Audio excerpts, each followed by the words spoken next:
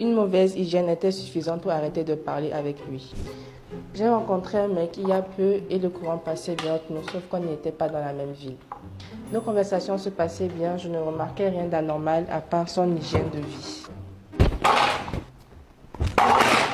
Hey. Le mec passait son temps à boire et si ce n'était qu'une seule bouteille d'alcool, j'aurais laissé passer. Mais le mec, il peut se finir des bouteilles de vin, des dizaines de bouteilles de vin à lui tout seul. Un week-end, il vient dans ma ville, il a voulu qu'on se rencontre et bien évidemment, j'ai accepté. Nous sommes allés au restaurant et quelle ne fut pas ma surprise de voir qu'il n'avait fait aucun effort vestimentaire. Et bien évidemment, ces oignons vont me faire pleurer. Je ne sais pas pour vous, mais moi je considère que quand tu vas à un rendez-vous, il faut au moins t'habiller décemment pour respecter et l'endroit où tu vas et les personnes qui t'ont invité. Il n'avait même pas peigné ses cheveux, il avait les yeux rouges et on savait très bien qu'il venait de se descendre plein de bouteilles d'alcool. Pour ne pas le rendre mal à l'aise, je n'ai rien dit sur le champ, mais je ne me suis pas gênée de lui faire la remarque bien après. Le gars s'est excusé et m'a dit qu'il ne recommencerait plus. Je précise que jusque-là, je n'avais pas encore remarqué son odeur corporelle. Et le lendemain, on devait se donner rendez-vous et se voir rien que lui et moi. Quand il est venu me chercher, j'ai senti une odeur désagréable, mais je me suis dit que ça ne pouvait pas être lui.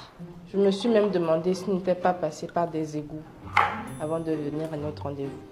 On arrive donc sur les lieux du rendez-vous et quelle fut ma surprise de voir que le gars m'avait emmené dans un motel et en plus de ça, un motel bien pourri. Bref, on arrive dans la chambre et je me rends compte qu'en fait, l'odeur venait bien de lui. Why are you running? Why are you running? Je me suis approchée de lui pour bien mater sa face et c'est comme s'il venait de se réveiller, tellement son haleine puait, excusez-moi, mais le caca. Il avait de la saleté autour des yeux, il avait des traces blanches autour de la bouche. Genre, tellement ça m'a dégoûtée, je me suis dit non, c'est pas possible. J'étais tellement gênée pour lui et pour moi-même que franchement, je n'ai plus rien dit de toute la soirée.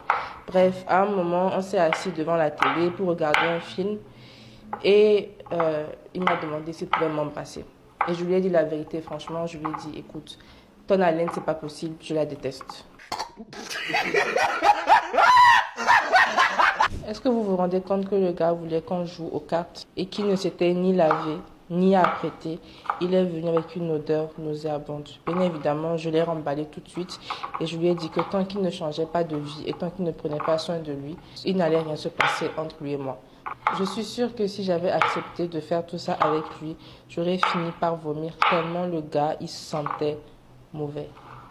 Bien évidemment, il ne s'est rien passé parce que faire quelque chose avec quelqu'un qui pue, c'est hors de question. Mais sans vous mentir, quelqu'un qui n'a pas une bonne hygiène de vie et qui sent mauvais, parce que là, c'est même pas qu'il a oublié peut-être une fois, il était pressé, il n'a pas fait exprès ou quoi, c'était tout le temps pareil. Et franchement, moi, je peux pas. C'est un truc qui me dégoûte au plus profond de moi. On ne vous demande pas de mettre du parfum, bien de sentir bon. Mais la base, quoi, vous allez chez les gens sans vous laver, sans vous brosser les dents. Et vous savez que vous allez dormir chez la personne et vous venez sans vos trucs d'hygiène. Bref, voilà un peu mon histoire. Dites-moi si un truc pareil vous est arrivé, qu'est-ce que vous avez fait et qu'est-ce que vous auriez fait à ma place.